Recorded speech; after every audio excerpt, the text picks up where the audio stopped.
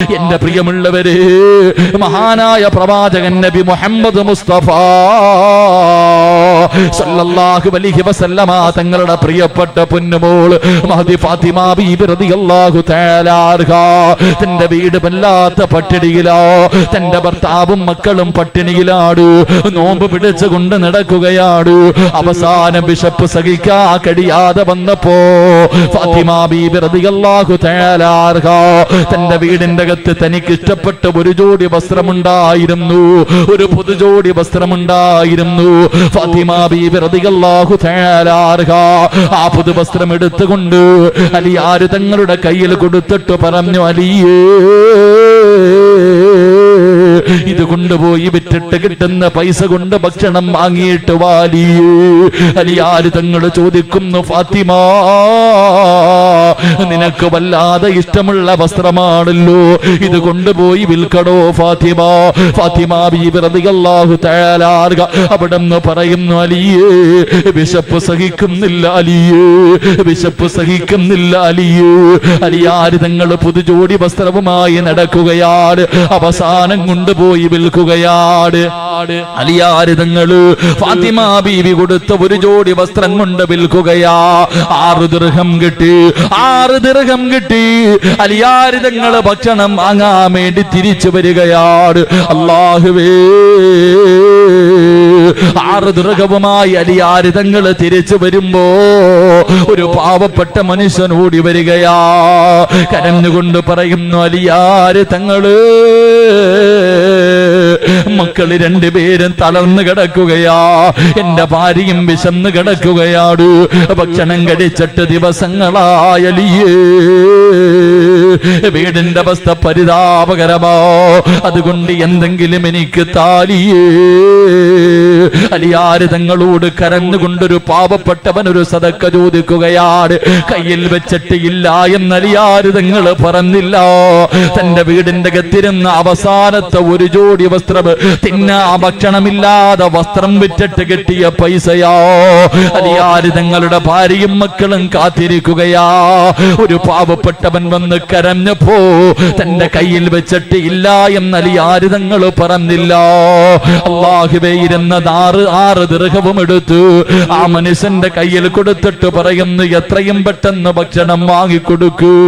ആ മനുഷ്യൻ സന്തോഷത്തോടെ ഓടുകയാണ്. അലിയാർ തങ്ങൾ വെറും കയ്യോടെ തിരിച്ച് വീട്ടിലേക്ക് നടക്കുകയാ. അല്ലാ, അലിയാർ തങ്ങൾ ഇങ്ങനെ തിരിച്ചു നടന്നു വരുമ്പോ ഒരു മനുഷ്യൻ ഒരു ഒട്ടകവുമായി കടന്നു വരികയാണ്, ഒരു ഒട്ടകവുമായി കടന്നു വരികയാണ്. അവിടെന്ന് ചോദിക്കുന്നു, അലിയേ ഒട്ടകത്തിന് വേണോ അലിയേ? 100 ദിർഹം തന്നാ മതി, 100 ദിർഹം തന്നാ മതി. അലിയാർ തങ്ങൾ പറയുന്നു, എന്റെ കയ്യിലൊന്നുമില്ല, 1 രൂപ പോലും എനിക്ക് തരാറില്ല. ആ മനുഷ്യൻ പറഞ്ഞു, അലിയേ കിട്ടുന്ന സമയത്ത് തന്നാ മതി അലിയേ, ഇപ്പൊ തരണമെന്നില്ല, കടമായിട്ടെടുത്തോ, ഏത് കാലത്താണോ നിനക്ക് കിട്ടുന്നത് അന്ന് തന്നാ മതി.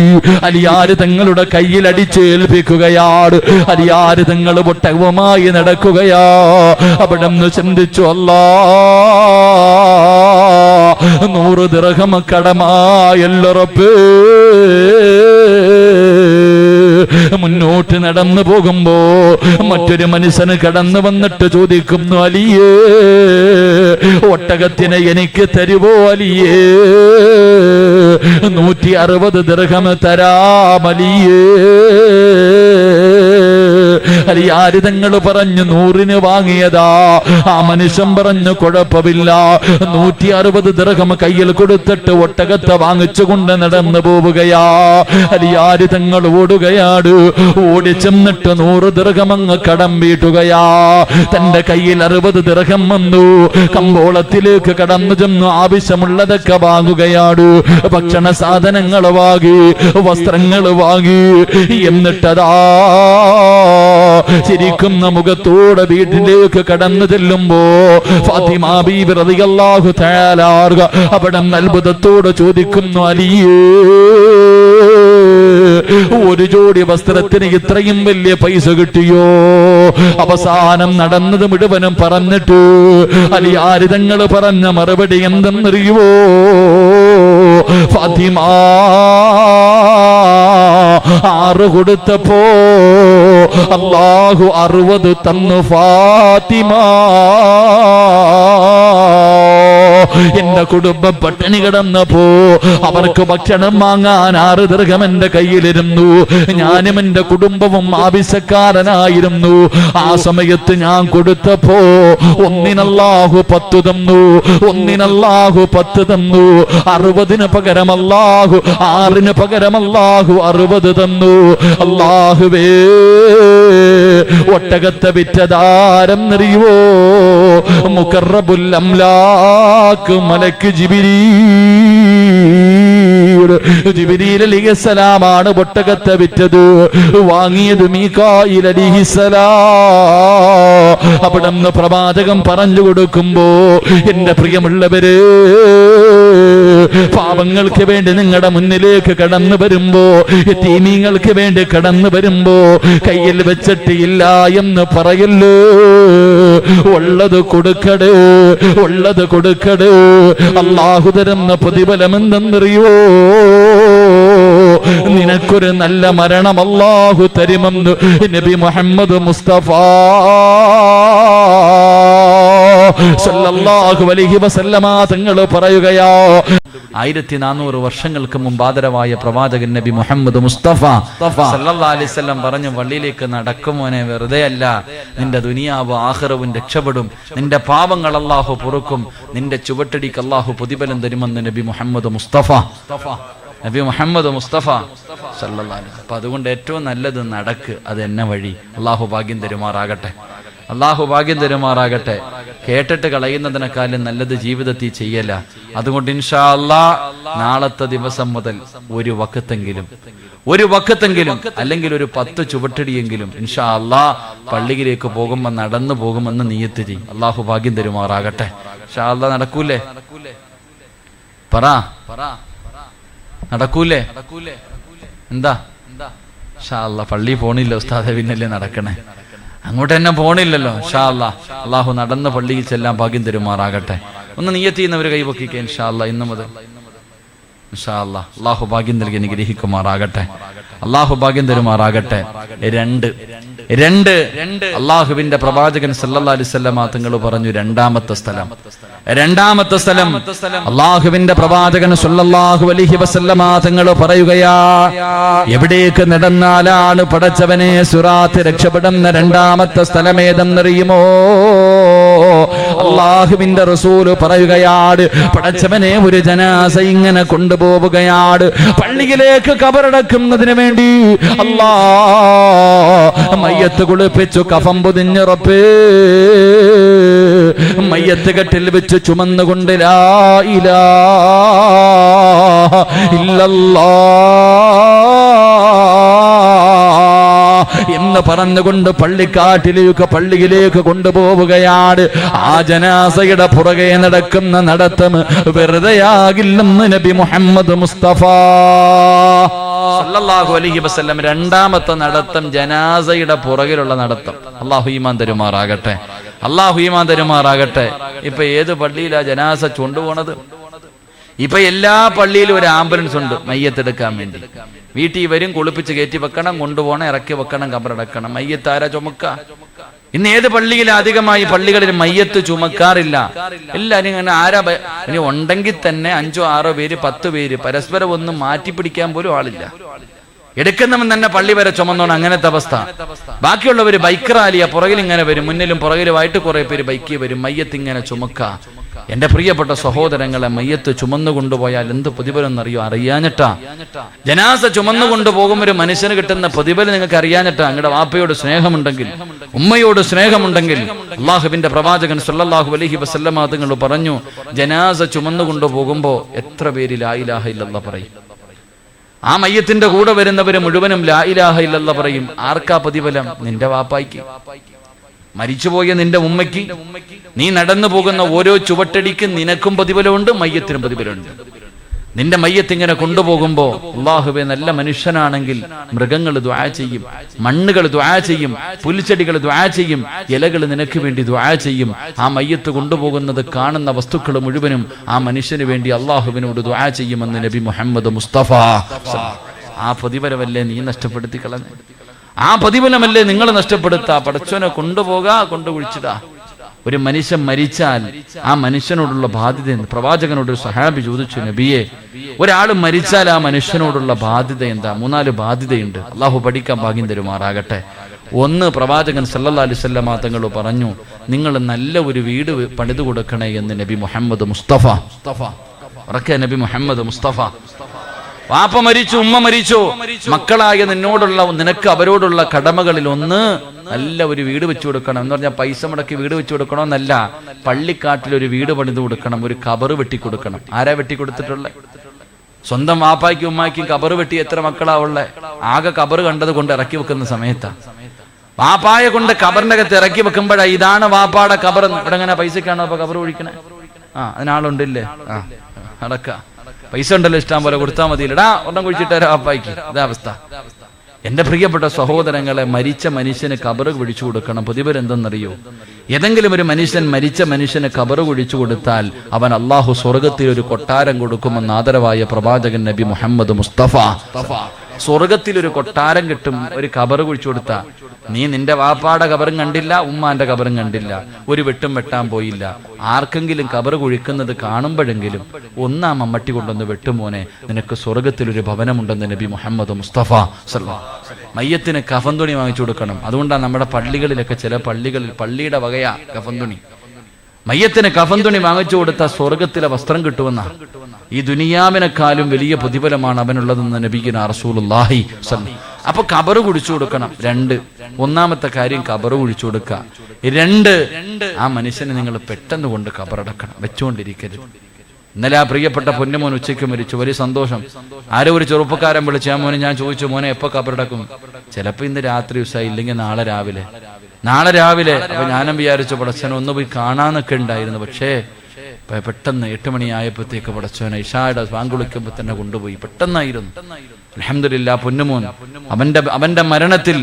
അവന്റെ മരണത്തിൽ അല്ലാഹു മഴത്തുള്ളികൾ പോലും ഈ ആകാശം പോലും കരഞ്ഞു പെയ്തിറങ്ങുമായിരുന്നു. അല്ലാഹു പൊന്നുമോന് മഗ്ഫിറത്ത് കൊടുക്കുമാറാകട്ടെ. എന്റെ പ്രിയപ്പെട്ട സഹോദരങ്ങളെ, ഞാൻ പറഞ്ഞു വന്നത്, പ്രവാചകൻ സല്ലല്ലാഹു അലൈഹി വസല്ലമ തങ്ങൾ പറഞ്ഞു, അവിടെ നിന്ന് പറഞ്ഞു, പെട്ടെന്ന് കൊണ്ടുപോയി കബറടക്കണം. 3 എന്റെ പ്രിയപ്പെട്ട സഹോദരങ്ങളെ, വാപ്പാടെ ഉമ്മായും പറഞ്ഞ വാക്കുകൾ പാലിക്കണം. എന്തെങ്കിലൊക്കെ അവിടെ നിന്ന് ഇങ്ങനെ വാക്ക്, അവനെ കട അവിടെ ഉണ്ടായിരുന്നു കൊടുക്കണം, അല്ലെങ്കിൽ അതുണ്ട് ഇതുണ്ട്. വാപ്പമാര് ചെയ്തിരിക്കുന്ന വസീയത്തുകൾ, എന്ത് വസീയത്ത്? കടം പോലും വിട്ടൂല, മരിച്ചു കഴിഞ്ഞാൽ കഴിഞ്ഞു. മക്കളുടെ യഥാർത്ഥ സ്വഭാവം കാണണമെങ്കിൽ എപ്പോഴാണെന്നറിയോ? ഒരു കഥ ഞാൻ പറഞ്ഞുതരാം. എടുത്തിങ്ങനെ ഒരു കഥ വായിക്കാൻ കാര്യമായി, ഇങ്ങനെ ഒരു കഥ വായിക്കാൻ ഒരു അവസ്ഥയുണ്ടായി. ഒരു മനുഷ്യന്റെ മയ്യത്ത് കഫം പൊതിഞ്ഞു പള്ളിയിലേക്ക് കൊണ്ടാൻ വേണ്ടി മയ്യത്ത് കട്ടിലി എടുത്തു വെച്ചു. മയ്യത്ത് കട്ടിലി എടുത്തു വെച്ചിട്ട് 6 പേര് വന്ന് മയ്യത്ത് കട്ടിലി പിടിച്ചപ്പോ ഈ മരിച്ച മനുഷ്യന്റെ ഏറ്റവും അടുത്ത സുഹൃത്ത് വന്ന് മയ്യത്ത് കട്ടിലി പിടിച്ചിട്ട് പറഞ്ഞു, കൊണ്ടുപോകാൻ വരട്ടെ, 15 ലക്ഷം രൂപ തരാനുണ്ട്, അതിന്റെ കാര്യത്തിൽ തീരുമാനമായിട്ടേ ഞാൻ മയ്യത്ത് വിടും. 15 ലക്ഷം രൂപയുടെ കാര്യത്തിൽ തീരുമാനമാകാതെ ഞാൻ മയ്യത്ത് വിടൂല. ആരൊക്കെ പറഞ്ഞിട്ട് ഈ മനുഷ്യൻ മയ്യത്ത് വിടുന്നില്ല. അവസാനം നാട്ടുകാരിടപെട്ടു. അവര് മക്കളെ വിളിച്ചിട്ട് ചോദിച്ചുടാ, ആ മക്കളെയൊക്കെ വിളിച്ചുടാ, വാപ്പ 15 ലക്ഷം രൂപ കൊടുക്കാനുണ്ടെന്ന് പറയുന്നു, എന്താ നിങ്ങളുടെ അഭിപ്രായം? മക്കള് പറഞ്ഞു, എന്റെ വാപ്പ ആർക്കും 5 പൈസ ഒന്നും കൊടുക്കാനില്ല, ഉണ്ടായിരുന്നെങ്കിൽ എന്നോട് പറയുമായിരുന്നു. വാപ്പ ആർക്കും പൈസ കൊടുക്കാനൊന്നുമില്ല, ഇയാള് പറഞ്ഞ കള്ളവാ. ആ മനുഷ്യൻ പറഞ്ഞു, ഇല്ല, ഞാൻ വിടൂല. കൂടപ്പുറപ്പുകളെ വിളിച്ചു, നിങ്ങളുടെ അഭിപ്രായം? ഞങ്ങളുടെ അഭിപ്രായവും അത് തന്നെയാ. 2 പേരും കൈയൊഴിഞ്ഞു. പക്ഷെ ആ മനുഷ്യൻ പറഞ്ഞു, ഞാൻ മയ്യത്ത് വിടൂല. അവസാനം വലിയ വഴക്കായി. വീടിന്റെ വെളിയിൽ ഇങ്ങനെ വഴക്ക് കേൾക്കുമ്പോ ഈ മനുഷ്യനൊരു പെൺകുട്ടി ഉണ്ടായിരുന്നു. വീടിന്റെ അകത്ത് വാപ്പ മരിച്ച വേദനയിലിരുന്ന് കരഞ്ഞുകൊണ്ടിരിക്കുക പൊന്നുമോൾ അവിടെ നിന്ന് ചോദിച്ച്, എന്തേ വിഷയം? അത് വാപ്പാടെ കൂട്ടുകാരന് പൈസ കൊടുക്കാനുണ്ട്, മയ്യത്ത് പിടിച്ചു വെച്ചിരിക്കുക. ഈ പെൺകുട്ടി ചെയ്തെന്തെന്നറിയോ? തന്റെ ശരീരത്ത് കിടന്ന് സ്വർണം മുഴുവനും ഊരിയിട്ട് ആ മനുഷ്യനെ വിളിച്ചിട്ട് പറഞ്ഞു, എന്റെ കയ്യിൽ ഇപ്പൊ ഇതേ ഉള്ളൂ, നിങ്ങൾ എടുത്തോ, ബാക്കി ഞാൻ തരാം. എന്റെ കയ്യിൽ ഇതേ ഉള്ളൂ, നിങ്ങൾ ഇപ്പൊ എടുത്തോ, ബാക്കി എന്റെ വീട് വിറ്റിട്ടാണെങ്കിൽ ഞാൻ മരിച്ചില്ലെങ്കിൽ ഞാൻ നിങ്ങൾക്ക് തരാം. എന്റെ വാപ്പാനെ നിങ്ങളൊന്ന് ഖബറടക്കാൻ വിട്, കരുണ കാണിക്ക്. ആ പൊന്നുമോള് കരഞ്ഞുകൊണ്ട് ആ മനുഷ്യനോട് ഇങ്ങനെ പറയുമ്പോൾ ആ പൊന്നുമോള് തന്ന ആ സ്വർണം കയ്യിലേക്ക് തിരിച്ചു വെച്ചിട്ട് ആ മനുഷ്യൻ പറഞ്ഞു, മോളെ, നിന്റെ വാപ്പാന് ഞാൻ 15 ലക്ഷം രൂപ അങ്ങോട്ട് കൊടുക്കാനുണ്ട്, ഇങ്ങോട്ടല്ല തരാനുള്ളത്, ഞാൻ അങ്ങോട്ടാണ് കൊടുക്കാനുള്ളത്. നിന്റെ വാപ്പ ഈ പൈസ തന്നപ്പോ എന്നോട് പറഞ്ഞു, ഇത് തരുന്നതിന് മുമ്പ് ഞാൻ മരിച്ചുപോയ മയ്യത്ത് ഇതുപോലെ പിടിച്ചു വെച്ചിട്ട് നീ പറയണം, എന്റെ കടം വീട്ടാൻ ആരാണോ വരുന്ന അവന് കൊടുത്തേക്കണം. എന്റെ പ്രിയപ്പെട്ടവരെ, ആ കഥ പറയുന്ന അവസാനം ആ മനുഷ്യൻ ആ പൊന്നുമോക്ക് 15 ലക്ഷം രൂപ കൊടുത്തു. ഇത് ഉള്ളതാണോ ഇല്ലാത്തതാണോ അതെനിക്കറിയില്ല, പക്ഷേ നമ്മുടെ മക്കൾ എവിടെയായിരിക്കുമെന്ന് ചിന്തിക്കുന്നത് നല്ലതാ. അള്ളാഹു ഈമാൻ നൽകി അനുഗ്രഹിക്കുമാറാകട്ടെ. അപ്പോൾ ഒരു മയ്യത്തിനോടുള്ള ബാധ്യത, എൻ്റെ പ്രിയപ്പെട്ടവരെ, നമ്മുടെ ഉപ്പയും ഉമ്മയും മരിച്ചാൽ അവർ ചെയ്ത വസീയത്തുകൾ പാലിക്കണം. 4-ാമത്തെ കാര്യം ഇതാണ് ശ്രദ്ധിക്കേണ്ടത്. 4-ാമത്തെ കാര്യം, നിന്റെ വാപ്പയുടെയും ഉമ്മയുടെയും ഖബറിന്റെ ചാരത്ത് കിടക്കുന്നത് ആരാണെന്ന് നോക്കണേ എന്ന് നബിയിനാ റസൂലുള്ളാഹി. നബിയിനാ റസൂലുള്ളാഹി അയൽവാസികൾ ആരാണെന്നോ. അപ്പൊ അനസ് ബിൻ മാലിക് റളിയല്ലാഹു തആല ചോദിച്ചു, നബിയെ, പള്ളിക്കാട്ടിൽ അയൽവാസി ഉണ്ടോ, അതോ കടന്നിട്ട് വല്ല പ്രയോജനമുണ്ടോ? അപ്പൊ നബി തിരിച്ചു ചോദിച്ചെന്നാ. എന്താ ചോദിച്ചേ? എടാ, നിന്റെ വീടിന്റെ അയൽവാസികൾ നിനക്ക് പ്രയോജനം ചെയ്യും നബിയെ, എങ്കിൽ പള്ളിക്കാട്ടിലുണ്ട്. എന്റെ പ്രിയമുള്ള സഹോദരങ്ങളെ, നിങ്ങളുടെ വാപ്പാനെ കബറടക്കാൻ പോകുമ്പോൾ അടുത്ത് കിടക്കണമെന്ന് തൂങ്ങിച്ചെത്തവനാണോ, കള്ളുകുടിക്കാനാണോ, പെണ്ണുപിടിക്കാനാണോ, പലിശക്കാരനാണോ ഒന്ന് നോക്കണം. എന്റെ പ്രിയപ്പെട്ട സഹോദരങ്ങളെ, ചരിത്രത്തിൽ കാണാം, ഒരു ചെറിയ കുട്ടി മരണപ്പെട്ടു. ആ ചെറിയ കുട്ടി മരണപ്പെട്ടു. വാപ്പ ആ പൊന്നുമോനെ കുറെ നാളുകൾക്ക് ശേഷം സ്വപ്നം കണ്ടപ്പോ മോന്റെ ഒരു ഭാഗം മുഴുവനും നരച്ചിരിക്കുക, മുടി മുഴുവനും നരച്ചിരിക്കുന്നു. അപ്പൊ വാപ്പ ചോദിച്ചു, മോനെ, നീ മരിച്ചപ്പോ നിന്റെ മുടിയൊന്നും നരച്ചിട്ടില്ലായിരുന്നല്ലോ. അപ്പൊ പറഞ്ഞു, വാപ്പാ, എന്റെ ഖബറിന്റെ ചാരത്തൊരു കള്ളുകുടിയന്റെ ഖബറ, അവന്റെ ഖബറിലെ തീ കാരണം പേടിച്ച് നരച്ചുപോയതാ. അള്ളാഹു നമുക്ക് ഈമാൻ തരുമാറാകട്ടെ. അള്ളാഹു നമുക്ക് ഈമാൻ തരുമാറാകട്ടെ. അതുകൊണ്ട് അള്ളാഹുവിന്റെ പ്രവാചകൻ സല്ലല്ലാഹു അലൈഹി വസല്ലമ തങ്ങൾ പറഞ്ഞു, മക്കളെ, ഒരു ജനാസ കൊണ്ടുപോകുമ്പോ അതാരുമാകട്ടെ ഒരു മുസ്ലിമിന്റെ ജനാസയാണെങ്കിൽ അതിന്റെ പുറകെ നടക്കുന്ന ചുവട്ടടികൾ വെറുതെയല്ല. ആ മയ്യത്ത് കൊണ്ടുപോകുമ്പോ അതിന്റെ പുറകെ നടക്കുന്ന ചുവട്ടടി നാളെ നിനക്ക് സിറാത്തിൽ രക്ഷയാകുമെന്ന് നബി മുഹമ്മദ് മുസ്തഫ സല്ലല്ലാഹു അലൈഹി വസല്ലമ തങ്ങൾ പറയുമ്പോ, എന്റെ പ്രിയമുള്ളവരെ, 3-ാമത്തെ ഒരു കാര്യം പറഞ്ഞുകൊണ്ട് നമുക്ക് ദുആ ചെയ്ത് പിരിയാ. ഒന്നുകൂടെ പറഞ്ഞുകൊണ്ട് നമുക്ക് ദുആ ചെയ്ത് പിരിയാ. അല്ലാഹുവിന്റെ പ്രവാചകൻ സല്ലല്ലാഹു അലൈഹി വസല്ലമ തങ്ങൾ പറയുകയാണ്, 3-ാമത്തെ ചുവട്ടടി എന്തെന്നറിയോ? ഒരു മനുഷ്യനെ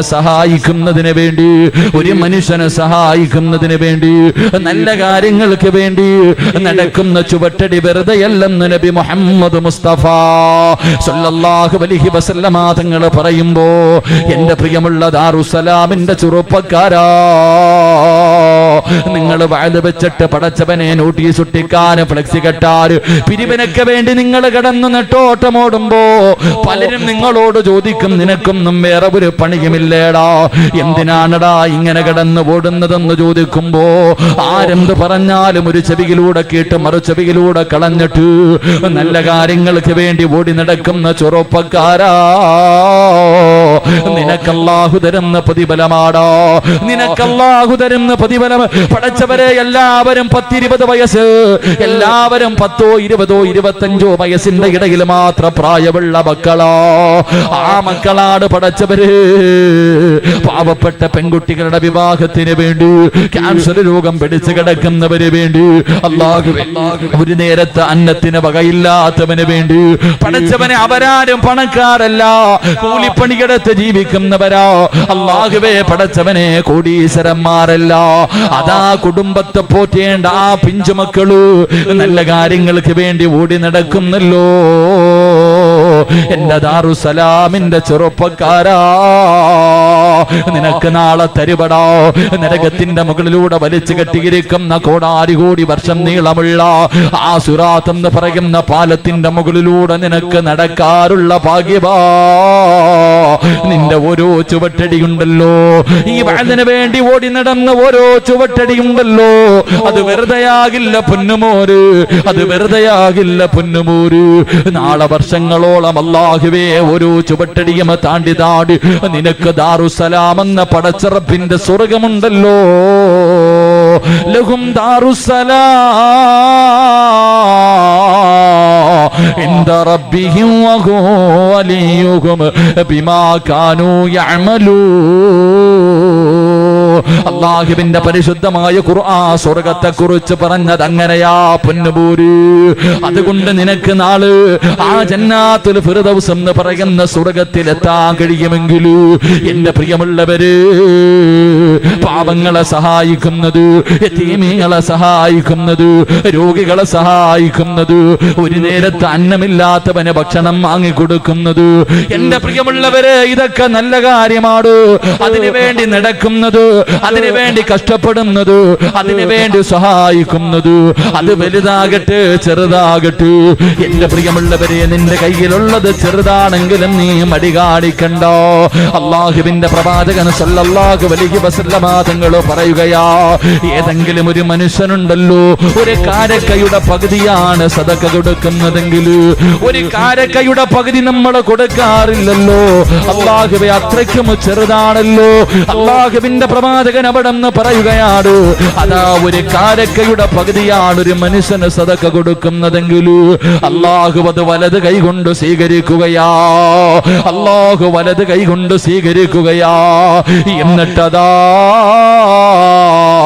ഒട്ടകത്തിന്റെ കുഞ്ഞിനെ വളർത്തുന്നത് പോലെ, ഒട്ടകത്തിന്റെ കുഞ്ഞിനെ വളർത്തുന്നത് പോലെ അല്ലാഹു നീ കൊടുത്ത കാരക്കയുടെ പകുതി അല്ലാഹു വളർത്തുകയാണ്, അല്ലാഹു വളർത്തുകയാണ്. എന്നിട്ട് നീ നാളെ മരിച്ചു പടച്ചറപ്പിന്റെ പരലോകത്തേക്ക് കടന്നു ചെല്ലുമ്പോ, അല്ലാഹുവിന്റെ കോടതിയിലേക്ക് കടന്നു ചെല്ലുമ്പോ, മീസാൻ എന്ന ത്രാസിന്റെ മുന്നിലെത്തുമ്പോ ഉഹുദ് മലയോളം വലിപ്പമുള്ളതാക്കി അല്ലാഹു നിനക്ക് തിരിച്ചു തരുമെന്ന് നബി മുഹമ്മദ് മുസ്തഫ സല്ലല്ലാഹു അലൈഹി വസല്ലമ തങ്ങൾ പറയുമ്പോ, എന്റെ പ്രിയപ്പെട്ടവര്, ഈ പാപങ്ങളുടെ കൂടെ നിങ്ങൾക്കും ഒന്ന് കൂടാ കഴിയുമോ? ഈ പാപങ്ങളുടെ കൂടെ പാപങ്ങൾക്ക് വേണ്ടി നിങ്ങൾക്കൊന്ന് കൂടാ കഴിയുമോ? അല്ലാഹു തരുന്ന പ്രതിഫലം എന്തെന്നറിയുമോ? അല്ലാഹു തരുന്ന പ്രതിഫലം എന്തെന്നറിയുമോ? മഹാനായ നബി മുഹമ്മദ് മുസ്തഫ സല്ലല്ലാഹു അലൈഹി വസല്ലമ തങ്ങൾ പറയുകയാണ്, എന്റെ പ്രിയമുള്ളവരെ, കൊടുത്തെന്ന് പറഞ്ഞ് ഒരിക്കലും കുറയൂല, കൊടുത്തെന്ന് പറഞ്ഞ് ഒരിക്കലും കുറയൂല. എന്റെ പ്രിയമുള്ളവരെ, ഇല്ലെന്ന് പറയല്ല്, കയ്യിൽ വെച്ചിട്ടില്ല എന്ന് പറയല്ല്, കൊടുത്തെന്ന് പറഞ്ഞ് ഒരിക്കലും കുറഞ്ഞു പോകൂല. പ്രിയമുള്ളവരെ, പാവങ്ങളെ സഹായിച്ച, യതീമീങ്ങളെ സഹായിച്ചാല്, രോഗികൾക്ക് വേണ്ടി നിങ്ങൾ എന്തെങ്കിലുമൊക്കെ ചെയ്താ അല്ലാഹു നിങ്ങൾക്ക് തരുന്ന രണ്ടാമത്തെ പ്രതിഫലം നല്ല മരണം തരുമെന്ന് നബി മുഹമ്മദ് മുസ്തഫ സല്ലല്ലാഹു അലൈഹി വസല്ലമ തങ്ങൾ പറയുമ്പോ, ഒരു നല്ല മരണം പറയാ വേറെ എങ്ങും പോകണ്ടല്ലോ. ഉച്ച സമയത്ത് ഹോസ്പിറ്റലിൽ കിടക്കുന്ന പാവപ്പെട്ട രോഗികൾക്ക് വേണ്ടി ഭക്ഷണം വെക്കുന്നവരുടെ കൂടെ ചിരിച്ച് കളിച്ച് നിന്ന് ചെറുപ്പക്കാരനല്ലേ. അല്ലാഹുവേ, പാവങ്ങൾക്ക് ഭക്ഷണം കൊടുക്കുന്നവരുടെ കൂടെ അതാരുമാകട്ടെ, അവന്റെ കട ഏത് വഅദിന്റെ സദസ്സിലും വന്നവനാണ്. ഇന്നലെയും പാവങ്ങൾക്ക് ഭക്ഷണം വിളമ്പാൻ കാത്തു നിന്നവനാ. അല്ലാഹുവിന്റെ റസൂല് പറഞ്ഞു, അല്ലാഹുവിന്റെ റസൂല് പറഞ്ഞു, മക്കളെ, എന്റെ പ്രിയപ്പെട്ട വാപ്പാ, എന്റെ പ്രിയപ്പെട്ട പെങ്ങള്, ഈ ദാറുസ്സലാമിന്റെ മക്കളുടെ കൂടെ പാവങ്ങൾക്ക് വേണ്ടി നിങ്ങളും കൂടിയാ, നിങ്ങളെ കൊണ്ട് കഴിയുന്നത് കൊടുത്താ അല്ലാഹു തരുന്ന പ്രതിഫലം ഒന്ന് ഒരിക്കലും കുറയൂല. ഒന്ന് കൊടുത്തെന്ന് പറഞ്ഞു കുറയുകയില്ല, കൂടുകയല്ലാതെ കുറയൂല. രണ്ട്, അല്ലാഹു നിനക്ക് ഇരട്ടിയാക്കി തിരിച്ചു തരും. നാളെ പരലോകത്ത് ചെല്ലുമ്പോ നിനക്ക് താങ്ങാൻ കഴിയാത്ത രീതിയിൽ അല്ലാഹു നിനക്ക് തിരിച്ചു തരും. മൂന്ന്, ഒരു നല്ല മരണം അല്ലാഹു തരുമെന്ന് നബി മുഹമ്മദ് മുസ്തഫ സല്ലല്ലാഹു അലൈഹി വസല്ലമ തങ്ങൾ പറയുമ്പോ, നിങ്ങൾ കണ്ണുകൊണ്ട് കണ്ടവരാ, കണ്ണുകൊണ്ട് കണ്ടവരാ.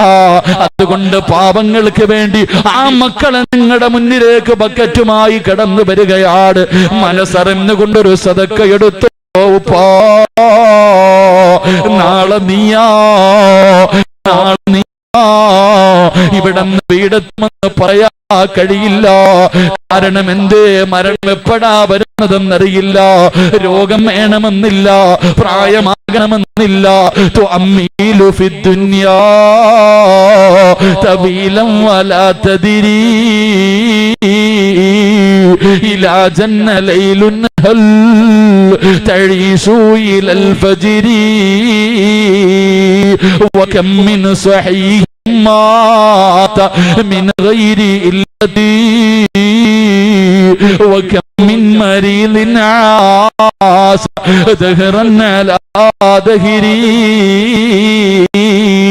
تؤمل في الدنيا طويلا ولا تدري. കവി ചോദിക്കുകയാണ്, നിങ്ങളുടെയൊക്കെ ജീവിതം കണ്ട ഒരിക്കലും മരിക്കാത്തവനെ പോലെ കാലാകാലം ഈ ഭൂമിയിൽ ജീവിക്കുന്നവനെ പോലെയാ. എങ്കിലും പൊന്നുമോന് ഇലാ ജന്ന ലൈലുൻ ഹൽ തഈശു ഇലൽ ഫജ്രി. പ്രഭാതമെത്തിയവൻ വൈകുന്നേരം എത്തുന്നില്ല. രാവിലെ ഉറക്കത്തിൽ നിന്ന് എഴുന്നേറ്റവൻ വൈകുന്നേരം എത്തുന്നില്ല. വൈകുന്നേരം കിടന്നവന് രാവിലെ എഴുന്നേക്കുന്നില്ല. ചിരിക്കുന്ന മുഖത്തോട് ഇന്നലെ രാവിലെ വീട്ടിൽ നിന്നിറങ്ങിപ്പോയ പൊന്നുമോ ഇന്നലെ വൈകുന്നേരം അവന്റെ ജനാസ വീട്ടിലേക്ക് കൊണ്ടുവന്നു. അവൻ ആറടി മണ്ണിനകത്തായില്ലേ? കവി ചോദിക്കുകയാണ്, വകം മിൻ സ്വഹീഹിൻ മാത മിൻ ഗൈരി ഇല്ലതി. ഒരു രോഗവുമില്ലാത്തവർ പെട്ടെന്ന് വീണ് മരിച്ചു പോകുന്നല്ലോ. എന്റെ പ്രിയപ്പെട്ടവരെ, ഓച്ചിറഭാഗത്ത് ഒരു ചെറുപ്പക്കാരൻ 2 ദിവസം മുമ്പ് കരഞ്ഞുകൊണ്ട് വിളിക്കുന്നു, ഉസ്താദ് എന്റെ പെങ്ങളുടെ കല്യാണത്തിന് ഞാൻ ഉസ്താദിനെ വിളിച്ചതാ.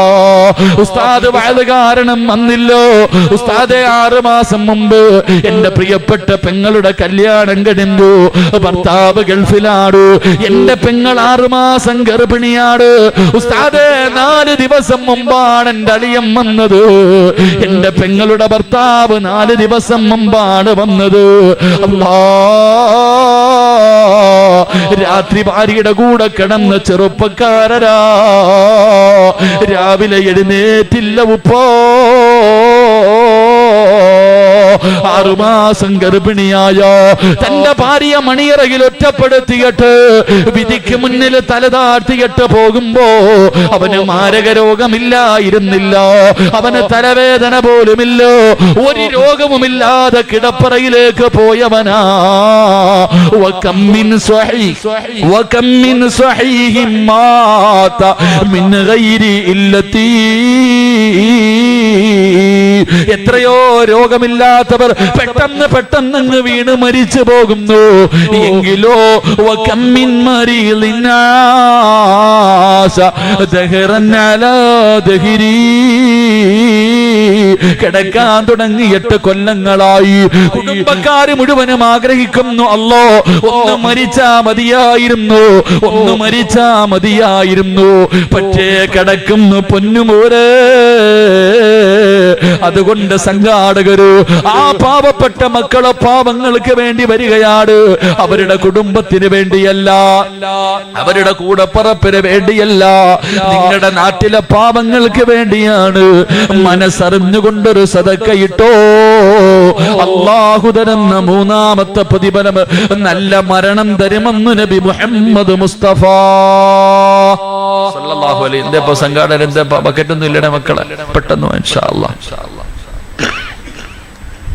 അള്ളാഹു ഒരു നല്ല മരണം തരും ഇൻഷാ അല്ലാഹ്. പെട്ടെന്ന് എടുത്തോ ഒരു സദക്ക, എല്ലാരും കയ്യിലെടുത്തോ. നീ വീടെത്തുമെന്ന് ഉറപ്പില്ല, വെച്ചോണ്ടിരുന്ന അവിടെ ഇരിക്കും. നീ വീടെത്തുമെന്ന് തന്നെ നിനക്ക് ഉറപ്പില്ല. അതുകൊണ്ട് വേണമെങ്കിൽ വല്ലതും കൊടുത്തിട്ട് പൊക്കോ, ഇത് നിനക്ക് ഉപകാരപ്പെടുത്തുള്ളൂ. നിന്റെ തലയുടെ മുകളിൽ ഒരു മലക്ക് നിൽക്കുന്നു. ഈ സംഘാടകർ ബക്കറ്റുമായിട്ട് വരുമ്പോ നീ എന്തെങ്കിലും അതിനകത്തിട്ട് ആ മലക്ക് ദുആ ചെയ്യും, അല്ലാ ഈ പാപത്തിന് അല്ലാഹു നീ ബർക്കത്ത് ചെയ്യണം, വാരി കോരി കൊടുക്കണം അല്ലാ. വലിയ പണക്കാരനൊന്നുമില്ല, ഉള്ളത് കൊടുത്തു പടച്ചോനെ. കയ്യും കെട്ടിയിരുന്ന നിന്റെ തലയുടെ മുകളിൽ നിന്നിട്ട് ആ മലക്ക് നിന്നെ ശപിക്കും, അല്ലാ ഉണ്ടായിട്ടും കൊടുത്തില്ല പടച്ചവനെ, ഉള്ളത് കൂടെ പിടിച്ചു വെച്ചേക്കാൻ. വെറുതെ പ്രാക്ക് വാങ്ങി വെക്കരുത്. അള്ളാഹു നമുക്ക് ഈമാൻ നൽകുമാറാകട്ടെ. ബിസ്മില്ലാഹ്. സല്ലല്ലാഹു അലാ മുഹമ്മദ് സല്ലല്ലാഹു അലൈഹി വസല്ലം സല്ലല്ലാഹു അലാ മുഹമ്മദ് اللهم صل على محمد يا رب صل عليه وسلم അല്ലാഹുവേ കരുണയുള്ള ദയാലുവായ അല്ലാഹ് പടച്ചവനെ ആരെല്ലാം പാപങ്ങളെ സഹായിക്കുന്നതിന് വേണ്ടി സദഖ കൊടുക്കുന്നു അവർക്ക് നീ ഒരു നല്ല മരണം കൊടുക്കണേ തമ്പുരാന് മരിക്കുന്ന സമയത്ത് ഇതിന്റെ പ്രതിഫലം കാണിച്ചു കൊടുക്കണേ റഹ്മാന് മാരകമായ രോഗങ്ങളെ തൊട്ട് കാക്കണേ അല്ലാഹ് കഷ്ടപ്പെട്ട് സമ്പാദിച്ചത് മുഴുവനും വിറ്റ് ചികിത്സിച്ചാലും മാറാത്ത ഒരു രോഗവും നൽകല്ലേ അല്ലാ ഈ ദുനിയാവിലിട്ട് നരകിപ്പിക്കല്ല റബ്ബേ ഈ സദഖ അതിനൊരു സബബാക്കണേ അല്ലാ അല്ലാഹു സ്വീകരിക്കട്ടെ ദാനിയ തെറുതിയൊന്നും കാണിക്കണ്ടട്ടെ എല്ലാവരും ഇന്ന് പൈസ മേടിച്ചിട്ടോ തിരിച്ചു വിടുവാൻ എല്ലാവരുടെ കയ്യിൽ നിന്ന് മേടിച്ചിട്ട് പോ ഇൻഷാ അല്ലാഹ് അൽഹംദുലില്ലാഹ് അല്ലാഹു സ്വീകരിക്കുമാറാകട്ടെ ഇൻഷാ അല്ലാഹ് പെട്ടെന്ന് കഴിഞ്ഞ വാ എഴുന്നേക്ക് എല്ലാവരും എഴുന്നേക്ക് വാ ഇൻഷാ അല്ലാഹ് അടുത്ത് വാ എല്ലാവരും ഒന്ന് കണ്ടോട്ടെ പിള്ളേരെ കാണാൻ പറ്റൂ വാ എല്ലാവരും ഒന്ന് കാണാനാ വാ ഇൻഷാ അല്ലാഹ് പുറത്തിക്കണവരൊക്കെ മതിൽ ചാടിക്കോ ഇനിയെങ്കിലും ഇല്ലെങ്കിൽ വെളിയില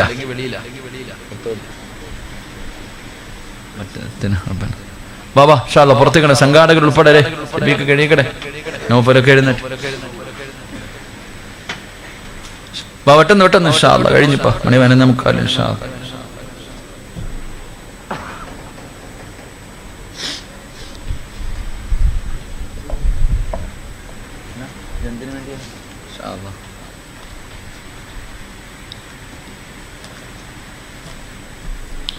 എന്റെ സംഘാടകൻ നീയാണോടെ സംഘാടകൻ കാര്യം ചെയ്യട്ടെ കയറിയോ പാവപ്പെട്ടെ ആകെ ഇത്തിരിയേ ഉള്ളു ചോറും കറിയൊക്കെ കഴിക്കണം കേട്ടോടാ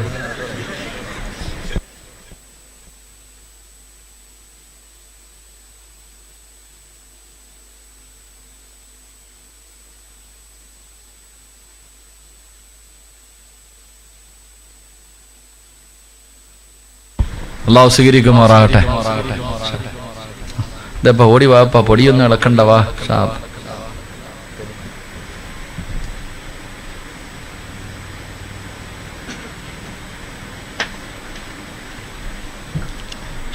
അല്ലാഹു സ്വീകരിക്കുമാറാകട്ടെ അല്ലാഹു കബൂലാക്കുമാറാകട്ടെ ഇന്നലെ പരിപാടി നടക്കാത്തത് കാരണം അതിന്റെ ബാധ്യത കൂടെ ഇവർക്ക് തലയിലായിട്ടുണ്ട് ഇൻഷാ അല്ലാഹ് അൽഹംദുലില്ലാഹ് കഴിഞ്ഞ വർഷം ഇവിടെ നടന്ന വയലിൽ ആ കുട്ടികൾ ഒരു പാവപ്പെട്ട സഹോദരിയുടെ വിവാഹത്തിന് വേണ്ടി നിങ്ങളെല്ലാവരും അകമഴിഞ്ഞു കൊടുത്ത സദക്ക 1,00,000 രൂപയും 1 പവനും അവർക്ക് എല്ലാം കൂടെ പിരിഞ്ഞു കിട്ടിയിട്ടുണ്ട് ഇല്ലേടെ എന്തേ വൈകി പോയാ 1,00,000 രൂപയും 1 പവനും നിങ്ങളുടെ കയ്യിലുണ്ടല്ലോ അത് ഇൻഷാ അല്ലാഹ് അതൊരു പെൺകുട്ടിക്ക് വേണ്ടി നിയത്ത് ചെയ്തിട്ടുണ്ട് ആ പെൺകുട്ടിയുടെ കല്യാണം ശരിയാകാത്തത് കൊണ്ടാണ് കൊടുക്കാത്തത് അവർക്ക് ആഗ്രഹം വന്നപ്പോഴേ പറഞ്ഞു ഉസ്താദേ നമുക്ക് കൊടുക്കണമെന്നായിരുന്നു ആഗ്രഹം പക്ഷെ കല്യാണം ശരിയാകാത്തത് കൊണ്ട് ആ കുട്ടികൾ കൊടുത്തിട്ടില്ല ഇൻഷാ അല്ലാഹ് അല്ലാഹു മക്കൾക്ക് അർഹമായി പ്രതിഫലം നൽകുമാറാകട്ടെ ആരെല്ലാം സദഖ ചെയ്തോ അല്ലാഹു എല്ലാവർക്കും അർഹമായി പ്രതിഫലം നൽകുമാറാകട്ടെ അല്ലാഹു നീ ആ പൊന്നുമോക്ക് പെട്ടെന്നൊരു വിവാഹ ജീവിതം കൊടുക്കണേ റഹ്മാനെ അല്ലാഹു നീ ഒരു നല്ല ജീവിതം നൽകി അനുഗ്രഹിക്കണേ തമ്പുരാനെ അല്ലാഹു സ്വീകരിക്കുമാറാകട്ടെ ആ മക്കള് സത്യാവസ്ഥ പറഞ്ഞു ഉള്ളെന്തായാലും അവർ കളഞ്ഞില്ല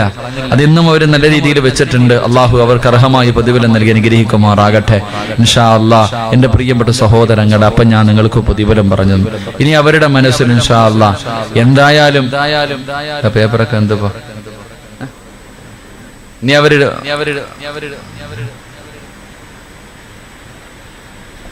എന്റെ പ്രിയമുള്ള സഹോദരങ്ങളെ ഇൻഷാ അല്ലാഹ് ഈ വർഷത്തെ കാര്യം പോകട്ടെ അവരത് കരുതി വെച്ചിട്ടുണ്ട് ഇൻഷാ അല്ലാഹ് അടുത്ത വർഷം ഈ മക്കൾ ഒരുമിച്ച് കൂടുമ്പോഴും അൽഹംദുലില്ലാഹ് ഇതുപോലൊരു പാവപ്പെട്ട കുടുംബത്തിന് താങ്ങാകണം ഈ 1,00,000 ഉള്ളെന്നുള്ളതൊക്കെ ഒന്ന് കുറച്ചാൽ വല്ല 5 പവൻ സ്വർണ്ണമൊക്കെ കൊടുക്കണം അപ്പൊ പല ആൾക്കാർക്ക് അത് പ്രയോജനം ചെയ്യും ഇൻഷാ അല്ലാഹ് അടുത്ത കൊല്ലം അങ്ങനെ ആവുക അടുത്ത വർഷം ഇൻഷാ അല്ലാഹ് അല്ലാഹു ആഫിയത്തും ദീർഘായുസ്സും കൊടുത്ത ഒരു പാവപ്പെട്ട പെൺകുട്ടിക്ക് അവരാൽ കഴിയുന്ന ഒരു സദഖ ചെയ്യണമെന്ന് അവർക്ക് ആഗ്രഹമുണ്ട് അല്ലാഹു സാധിച്ചു കൊടുക്കുമാറാകട്ടെ എന്റെ പ്രിയപ്പെട്ടവരെ നിങ്ങൾക്ക് ആർക്കെങ്കിലും ഈ മക്കളുടെ കൂടെ കൂടാൻ താല്പര്യമുണ്ടെങ്കിൽ 3 പ്രതിഫലം ഞാൻ പറഞ്ഞു നാലാമത്തെ പ്രതിഫലം എന്താപ്പോ 4 പ്രതിഫലം നാളെ പടച്ച റബ്ബിന്റെ പരലോകത്ത് നമ്മളപ്പം 3-ാമത്തെ പ്രതിഫലം അല്ലാഹു നിങ്ങൾക്ക് നല്ല മരണം തരുമെന്ന് നബി മുഹമ്മദ് മുസ്തഫ ഉറക്കെ നബി മുഹമ്മദ് മുസ്തഫ ഒരു പ്രതിഫലം കൂടെ ഞാൻ പറയാം. നിങ്ങൾക്ക് ഇത് കേൾക്കുമ്പോ തോന്നും ഈ മക്കളുടെ കൂടെ കൂടാൻ. ഒരു പ്രതിഫലം കൂടെ ഞാൻ പറയാം. അള്ളാഹുവിന്റെ പ്രവാചകൻ സല്ലല്ലാഹു അലൈഹി വസല്ലമ തങ്ങളുടെ മുന്നിലേക്ക് മുഖറബുൽ അംലാഖു മലക്ക് ജിബ്രീൽ അലൈഹിസ്സലാം ഇറങ്ങി വന്ന് എന്റെ പ്രിയപ്പെട്ട സഹോദരിമാരെല്ലാവരും എഴുന്നേറ്റ് നിന്ന് കേൾക്കേണ്ട ചരിത്രമാണ്. പെങ്ങളെ, നീയും അങ്ങനെയാകണം. ഈ പാവപ്പെട്ട പെൺമ, ഈ പാവപ്പെട്ട ഒരു പെൺകുട്ടിക്ക് വേണ്ടിയാണ്. ഈ മക്കളുടെ കൂടെ നീയൊക്കെ ഒരുപാട് സ്വർണ്ണമൂരി കൊടുത്തല്ലോ, കഷ്ടപ്പെട്ടുണ്ടാക്കിയതിൽ നിന്നൊരൽപ്പം നിങ്ങൾ കൊടുത്തല്ലോ. അല്ലാഹു തരുന്ന 5ാമത്തെ 4ാമത്തെ പ്രതിഫലം എന്തെന്നറിയോ? അല്ലാഹുവിന്റെ പ്രവാചകന്റെ മുന്നിലേക്ക് മുഖറബുൽ അംലാഖ് മലക്ക് ജിബ്രീൽ അലൈഹിസ്സലാം ഇറങ്ങി വരികയാണ്. അവിടെ നിന്ന് ചോദിക്കുന്നു, യാ റസൂലല്ലാഹ്, അല്ലാഹുവിന്റെ നബിയേ, ഖദീജ ബീവി എവിടെ നബിയേ? ഖദീജ ബീവി എവിടെ നബിയേ? അല്ലാഹുവിന്റെ റസൂൽ ചോദിക്കുന്നു, ജിബ്രീലേ, എന്തിനാണ് ഖദീജയെ തിരയുന്നത്? എന്റെ ഖദീജയെ എന്തിനാണ് തിരയുന്നത്? അല്ലാഹുവിന്റെ പ്രവാചകൻ പറഞ്ഞു, ഖദീജ പുറത്തു പോയിരിക്കുകയാണ്. എവിടോ പോയി? അല്ലാഹുവിന്റെ റസൂൽ ചോദിച്ചു, എന്തിനാണ് ജിബ്രീലേ തിരയുന്നത്? അവിടെന്ന് പറയുന്നു, യാ റസൂലല്ലാഹ്, ഖദീജ വരുമ്പോ അല്ലാഹു സലാം പറഞ്ഞെന്ന് പറയടേ നബിയേ. അല്ലാഹു സലാം പറഞ്ഞെന്ന് ഖദീജാനോട് പറയണം. ആരാ അല്ലാഹു സലാം പറഞ്ഞവളാണ് ഖദീജ. അല്ലാഹു സലാം പറഞ്ഞവളാണ് ഖദീജ. ആ ഖദീജ ബീവി റളിയല്ലാഹു തആല അൻഹാ, എന്റെ പ്രിയമുള്ളവരെ, ഏതെങ്കിലും ഒരു സിനിമ പാട്ട് പാടുന്നത് പോലെയല്ല. ഏതെങ്കിലും ഒരു വൃത്തികെട്ട പെണ്ണ് അല്ലാഹുവേ മോശമായ രീതിയിൽ പെരുമാറുമ്പോ ഖദീജാന്റെ മഹത്വം മാറൂലല്ലോ. ആരാട് ഖദീജ എന്നറിയുവോ? 25 കൊല്ലം അല്ലാഹുവിന്റെ പ്രവാചകന്റെ കൂടെ ജീവിച്ചവളാണ് ഖദീജ. 25 വർഷം ഭാര്യയും ഭർത്താവുമായി ജീവിച്ചു. അല്ലാഹുവേ, മരണസമയമെടുത്തപ്പോ, തന്റെ 65ാമത്തെ വയസ്സായപ്പോ അല്ലാഹുവിന്റെ പ്രവാചകന്റെ കയ്യിൽ പിടിച്ചിട്ട് ഖദീജ ബീവി റളിയല്ലാഹു തആല അൻഹ അവിടുന്ന് ചോദിക്കുന്നു, യാ റസൂലല്ലാഹ്, അല്ലാഹുവിന്റെ നബിയേ, 25 കൊല്ലമായി നബിയേ ഞാൻ നിങ്ങളുടെ കൂടെ ജീവിക്കുന്നു. മനസ്സിന് വേദനയുണ്ടാക്കുന്ന എന്തെങ്കിലും ഈ പാവപ്പെട്ട ഖദീജാന്റെ ഭാഗത്ത് നിന്ന് വന്നു പോയിട്ടുണ്ടെങ്കിൽ എനിക്ക് പൊരുത്തം തരണേ നബിയേ. 25 കൊല്ലം ഞാൻ നിങ്ങളുടെ കൂടെ ജീവിച്ചു.